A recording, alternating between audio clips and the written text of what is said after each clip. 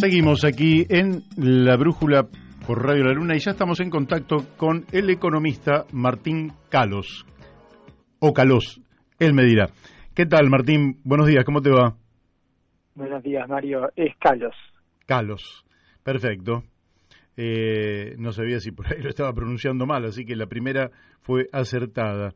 Bueno, queríamos charlar con vos para hacer un análisis del presupuesto dentro de las posibilidades que nos da un programa radial. Y a mí me gustaría que nos contaras, en primer lugar, y si tenés la información, ¿cuál es el peso del presupuesto sobre la economía argentina? Porque este es un dato, Martín, de mucha discusión, que en los organismos financieros internacionales no está reflejado tal cual lo que se comunica aquí en la Argentina, y como hay una parte de la economía en negro cuya información se desconoce a priori, supongo yo que el peso del presupuesto nacional sobre el conjunto de la economía es una estimación. ¿Por qué no nos hablas de este tema? Sí, ahora el presupuesto cumple varios roles a la vez y se suele decir que es de las leyes más importantes que tiene, al menos en materia económica, un país, porque no se trata solo de es varias cosas a la vez, como te decía. Por un lado es el resultado de un proceso de planificación. El gobierno nacional, el Poder Ejecutivo, está desde abril planificando supuestamente, vamos a decirlo como es en teoría y después lo hablamos como se da en la práctica, ¿no? Sí, sí. Pero está planificando desde abril qué planea hacer el año que viene. Los distintos organismos del Estado tienen que proponer y luego el presidente, a través del ministro de Economía, le asigna un presupuesto a cada área en la cual en definitiva le está diciendo si puede o no puede hacer lo que propuso, ¿no? Claro. Un área puede querer desde generar un nuevo programa, por ejemplo, con perspectiva de género, por alguna cuestión. Otra área puede querer hacer una obra pública, ¿no? Y en definitiva es si se le asigna o no presupuesto a eso que pidió cada área. Entonces ahí ya hay una serie de priorizaciones de la política pública en general, de todas las políticas que puede llevar adelante un gobierno. Pero además, cuando propone esto al Congreso, el gobierno lo acompaña con un mensaje, o sea, aparte de todas las tablitas que dicen cuánta plata va a cada área, para qué, y que hace responsables a esas áreas. Ojo, acordémonos que esto es una ley, con lo cual además es obligatorio su cumplimiento, en teoría, ¿no? En teoría.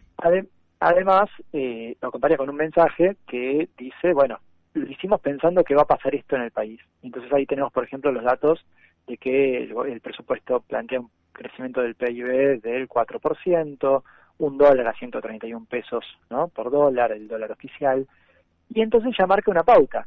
Y acá es importante acordarse que por mucho que uno diga, bueno, hay altos niveles de informalidad, lamentablemente, en nuestro país, desde hace muchísimos años, etcétera, como bien señalabas, Mario, y más allá de eso, como en todos los países del mundo, el Estado es el actor central de la economía. Entonces, cuando el Estado dice, nosotros estamos haciendo todo para ir hacia allá, en términos de hacia dónde se mueve la economía, es quizás el actor más importante al que hay que prestarle atención, porque además de tener un peso como Estado en los mercados en los que se involucra e interfiere, además, por supuesto, tiene la política monetaria, financiera, crediticia, fiscal a su disposición para intentar llevar adelante esas metas.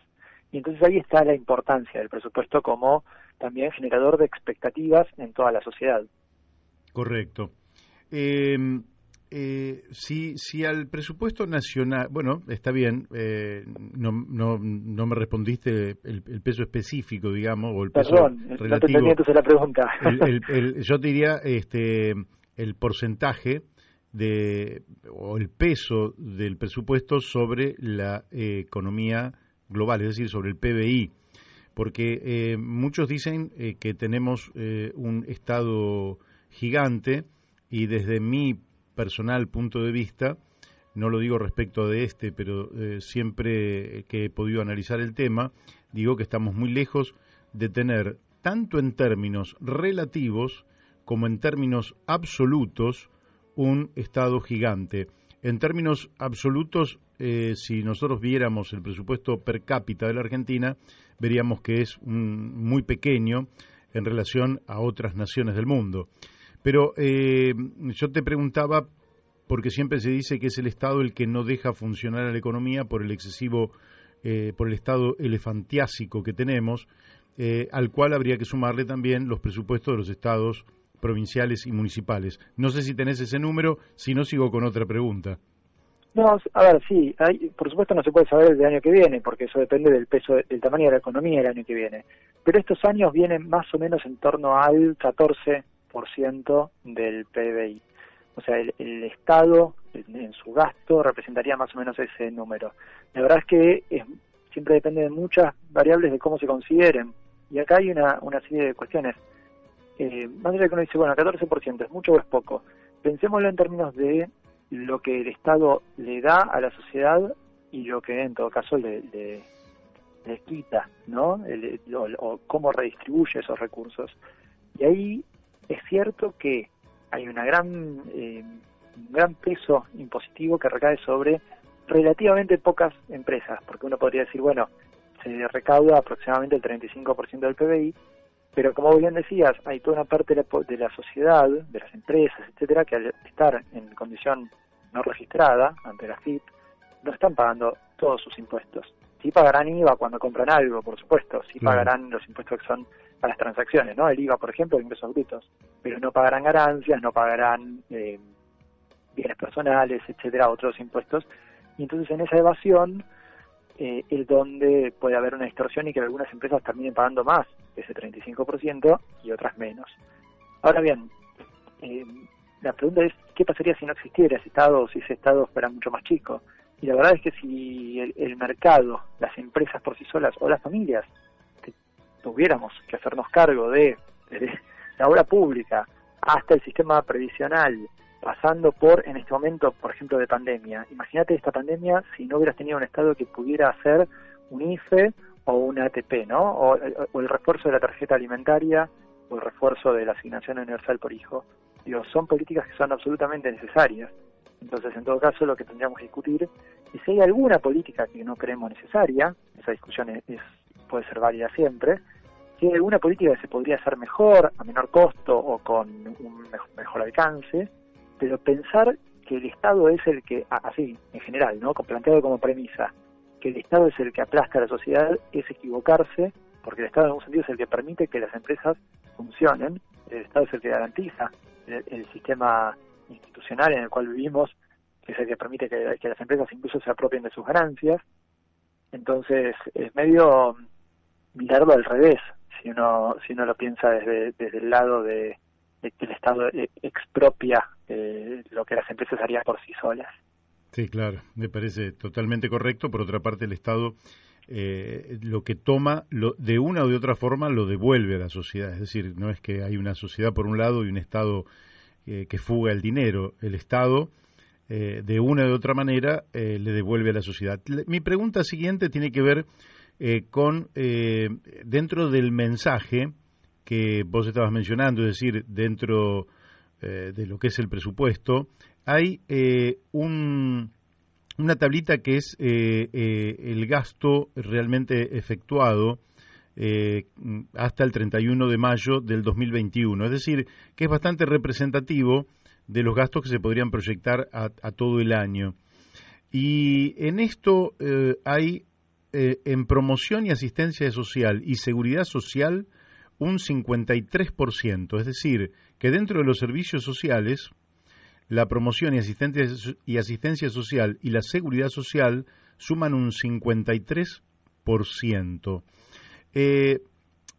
Esta, que lógicamente es devolución de una o de otra forma al sistema previsional o los planes sociales. Esto tiene que ver con una situación general que le exige al Estado poner más dinero en los bolsillos de la gente para que no pasen situaciones extremas de necesidades básicas insatisfechas.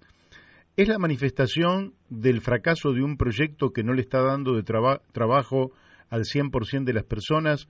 ¿Cómo se lee que en el Estado, que en el presupuesto, un 53% sea destinado a la seguridad social y a la asistencia social?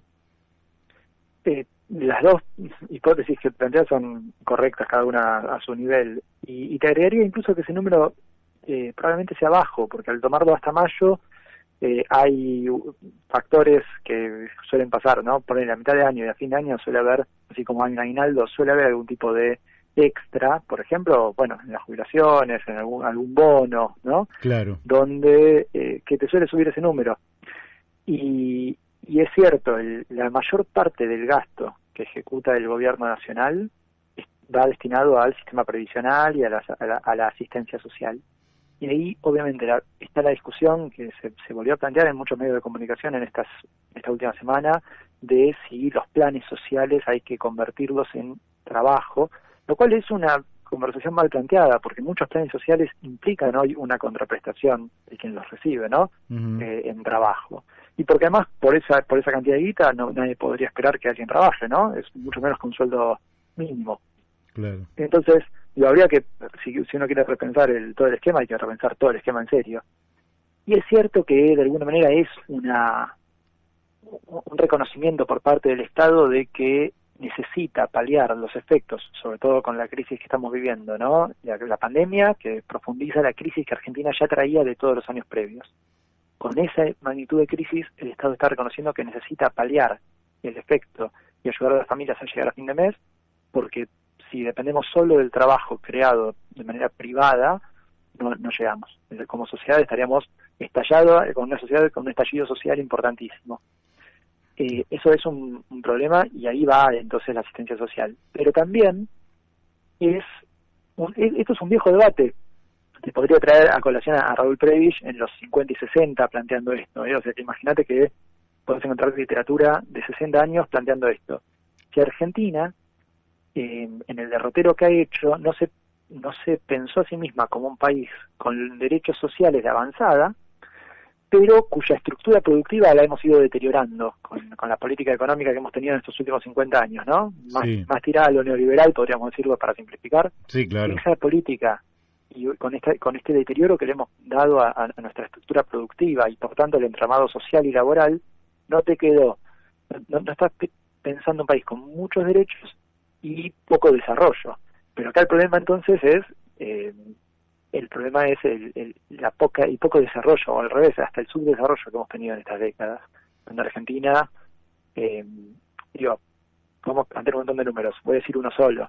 Argentina hoy está muy por debajo del nivel de PBI per cápita que tenía hace 10 años, en el año 2011, cuando de alguna manera empieza un estancamiento y luego de 2016 para acá, la caída del PBI. Bueno, nosotros para recuperar el PBI per cápita del año 2011 vamos a necesitar más o menos crecer hasta el año 2031. Estamos tan abajo que necesitamos una década para recuperarlo. A menos que las inversiones puedan venir a mayor velocidad y en mayor magnitud. Claro, pero esas inversiones van a venir en la medida en la que haya expectativas de negocios acá. Sí. Las inversiones vienen buscando un rédito, una ganancia, lo cual es absolutamente lógico. Y se enfrentan con un país con distorsiones macroeconómicas muy importantes, que seguimos teniendo y que nos cuesta mucho solucionar, y sin una mirada de largo plazo. Y sin esa mirada, sin ese horizonte de negocios a largo plazo, no va a haber una inversión más que en nichos puntuales, como pasó durante el gobierno de Macri, por ejemplo, ¿no? Que venían en energías renovables porque Macri hizo un buen esquema que les garantizaba la ganancia en las energías renovables. Pero en todo lo demás, casi que no hubo. Y entonces estamos con los niveles de inversión. Argentina siempre tuvo niveles de inversión muy bajos, para lo que debía ser, para compararse con América Latina, lo que quieras. Pero ahora está más bajo todavía en los últimos 8 años. Entonces, recuperar niveles de inversión que realmente nos motoricen un sendero de crecimiento sustentable y encima que ese crecimiento sea ambientalmente sustentable y tenga inclusión social, es un camino mucho más difícil y te diría es el camino, es lo más difícil que tenemos por delante como desafío económico. Ahora, mirando el presupuesto, lo que vos decís es muy cierto, es decir, el presupuesto es casi una rutina que reproduce en alguna medida, yo no soy un conocedor del presupuesto, está claro, algo sé pero muy poco, pero da la impresión de que es una rutina burocrática que reproduce ideas de presupuestos anteriores y no se introduce en él una mirada estratégica por ejemplo, en el desarrollo de algún área específica. Vos tenés en el presupuesto actual 8 puntos destinados a energía, combustibles y minería, pero si no entiendo mal, básicamente ese 8% tiene que ver con, por un lado, subsidios, pero sin que exista un plan estratégico de reconversión energética, por ejemplo, en el país. ¿Cómo ves vos eso? Tal cual.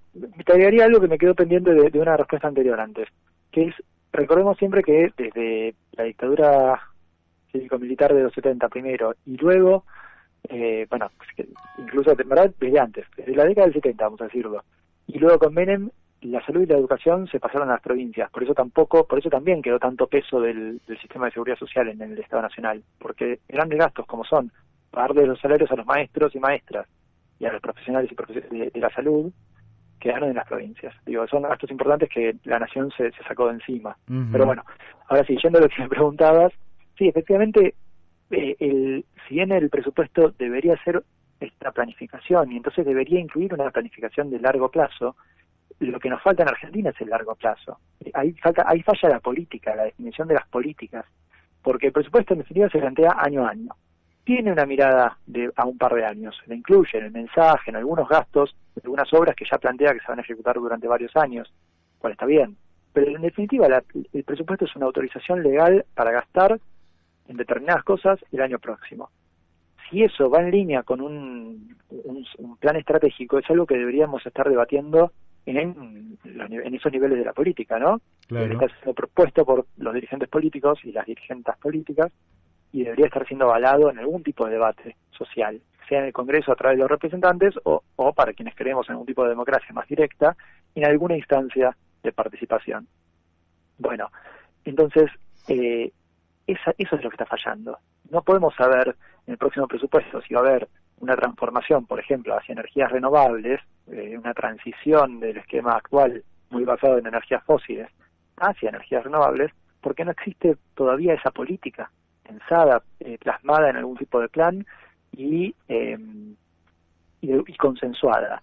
Y alguien me podrá decir, bueno, sí, algunas cosas se han dicho al respecto. Claro, pero tenemos siempre esta ida y vuelta donde proponemos en las COP, ¿no? En las cumbres por el cambio climático, en las cumbres de acción climática, proponemos compromiso de Argentina, pero luego queremos fomentar vaca muerta, que va absolutamente en contra de esos compromisos ambientales. Entonces uno nunca sabe hacia dónde va la política en el mediano y largo plazo, y encima si cambiara la coalición que está gobernando, por ahí da un tumbo completo la política. Entonces nos están faltando esas miradas estratégicas de largo plazo para poder plasmarlas año a año en algo que en el presupuesto signifique un paso a paso de esa estrategia. ¿Cómo ves el peso de la deuda? Porque en esta tabla que yo tengo adelante mío, lo que se pagó tiene que ver con algo así como el 7,3% del gasto total que se efectuó entre el 1 de enero y el 31 de mayo.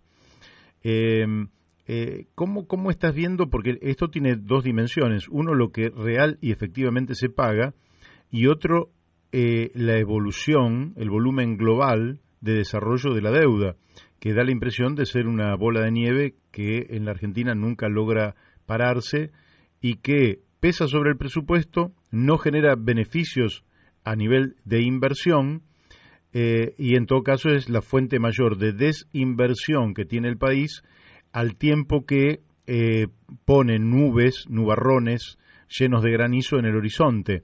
¿Cómo estás viendo vos ese tema? Sí, ahí habría que discutir, obviamente, sí, cuál es el rol que se le da a los endeudamientos en Argentina, porque el endeudamiento es algo que como mecanismo es absolutamente válido y de hecho bien usado puede ser virtuoso, por decirlo así. El mundo, el sistema capitalista mundial funciona en base a endeudamiento, y vos decías que la bola de nieve de la deuda argentina, ¿no? De la deuda pública argentina no para de crecer. La deuda a nivel mundial no para de crecer, incluso atravesando las crisis de deuda que hemos tenido, incluyendo, ¿no? La subprime en 2008-2009, la deuda de bonos soberanos europeos en los años siguientes. Y hoy Estados Unidos. Nunca dejó de crecer. ¿Cómo? Y hoy Estados Unidos. Estados Unidos, que cada un par de años tenemos este tope a la deuda que le pone el Congreso y que se discuten siempre demócratas y republicanos. Entonces, y sin embargo el capitalismo mundial sigue acumulando deuda. A nivel mundial la deuda no deja de crecer. Y es parte del mecanismo de funcionamiento del capitalismo, ¿no? De lo que avala que el poder de compra siga a nivel global siga creciendo y entonces se sigan solventando las producciones infinitas que tenemos a nivel mundial. Pero volviendo, el peso que tiene sobre el presupuesto, ahí hay un juego muy muy fino entre efectivamente poder usar endeudamiento, por ejemplo, con organismos internacionales a tasas baratas para programas de desarrollo, lo cual estaría muy bien en principio, y endeudamientos que han sido muy mal utilizados, como el que hemos tenido con el FMI, del cual del cual es muy difícil decir que se usó bien para algo, ¿no? Claro. Digo, han venido más de 50.000 millones de dólares que llegaron y que 2 años después no solo no apagaron el incendio, sino que desaparecieron y en verdad, yo lo digo así y alguien me podría decir, no es que desaparecieron, se usaron para dar salida a quienes demandaban dólares. Está perfecto, sí, por supuesto que nada desaparece y que todo es parte de esa lógica, pero en medio de una crisis, pues, está claro que a la crisis no la pudieron moderar, la crisis sigue y que entonces semejante cantidad de guita terminó siendo mal usada. Entonces, deja la deuda, que por suerte está en proceso de renegociación, porque la verdad que es impagable en el corto plazo para un país con la profundidad de la crisis que tiene Argentina, y no dejó un saldo a favor después en cómo se aplicó ese dinero. Eso es claramente un grave problema de la ejecución de la política económica, en este caso durante el final del gobierno de Macri, ¿no? Y ahora se está discutiendo la tasa de interés. Cualquier comerciante que nos esté escuchando, industrial o profesional que nos esté escuchando en este momento, sabe que si yo voy a tomar un crédito, es decir, voy a asumir una deuda para hacer un negocio, que puede ser todo el negocio, puede ser la mitad del negocio, puede ser el 1% del negocio y lógicamente impactará de manera distinta conforme la proporción de deuda que tome respecto al negocio que estoy desarrollando. Pero si la tasa de interés es superior a la tasa de ganancia que yo voy a obtener por la utilización del crédito, el negocio es malo. El crédito no sirve. Totalmente. Ahora, la Argentina toma crédito y siendo que no crece, cualquier tasa de interés termina siendo de naturaleza negativa para el desenvolvimiento de la economía argentina. ¿Cómo ves esto y cómo ves la negociación que el gobierno ha querido emprender con el Fondo Monetario para que éste reduzca las tasas de interés al tiempo que parece que la respuesta es totalmente negativa? Sí, si uno puede mirar a Argentina así en ese conjunto, como decís, y sí, pero como vos bien decías, uno está tomando un crédito en un negocio, más allá de que estas comparaciones suelen tener problemas. Un país que tiene política monetaria puede imprimir billetes, puede hacer un montón de cosas, tiene otros recursos, ¿no? Sí. Pero, que una empresa o una familia. Pero más allá de eso, si uno toma un crédito porque planea ampliar una línea de negocios de su emprendimiento, quizás no mira cuánto viene creciendo todo el emprendimiento, todo el negocio. Mira esa línea, cuánto le va a dejar. Entonces, si vale la pena la inversión contra la ganancia que va a dejar.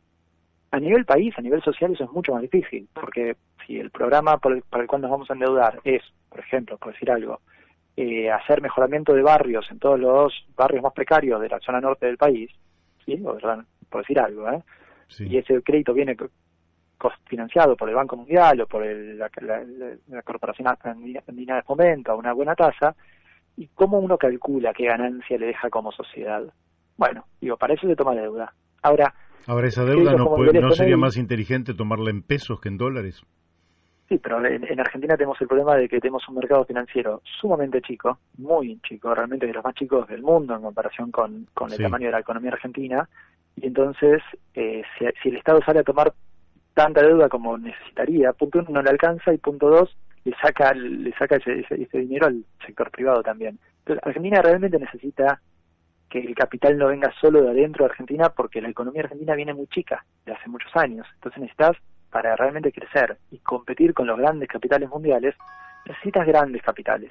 Y para eso vas a necesitar inversiones de afuera, ¿sí? O inversiones de adentro, pero hay inversiones que excedan lo que podés endeudarte como Estado, ¿no? Y aplicar ahí. o que excedan, lo que tenés en el sistema financiero local, a eso voy.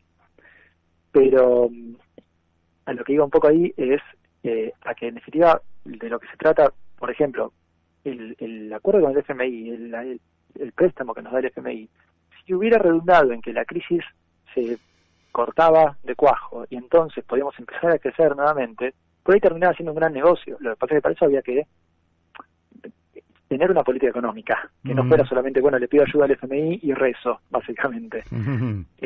La verdad que la ingenuidad quizás fue creer que solo con un acuerdo con el FMI, firmando ese acuerdo, se generaban expectativas favorables, cuando lo que falta en Argentina es una mirada de largo plazo desde hace mucho, como decíamos, que le dé un horizonte a esos negocios para querer venir a invertir grandes capitales, por ejemplo.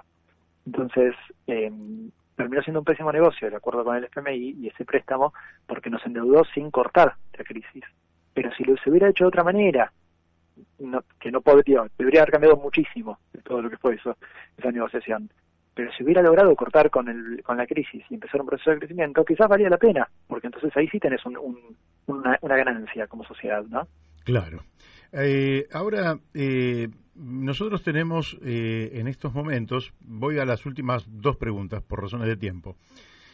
Uno de los temas es, uno sabe que si tenemos un núcleo problemático central, que es una economía pequeña que necesita cuantiosas inversiones, al tiempo que los propios argentinos, sea porque fugan al exterior en paraísos fiscales, en inversiones inmobiliarias, en lo que fuera, o porque tienen la plata en cajas de seguridad o debajo del colchón.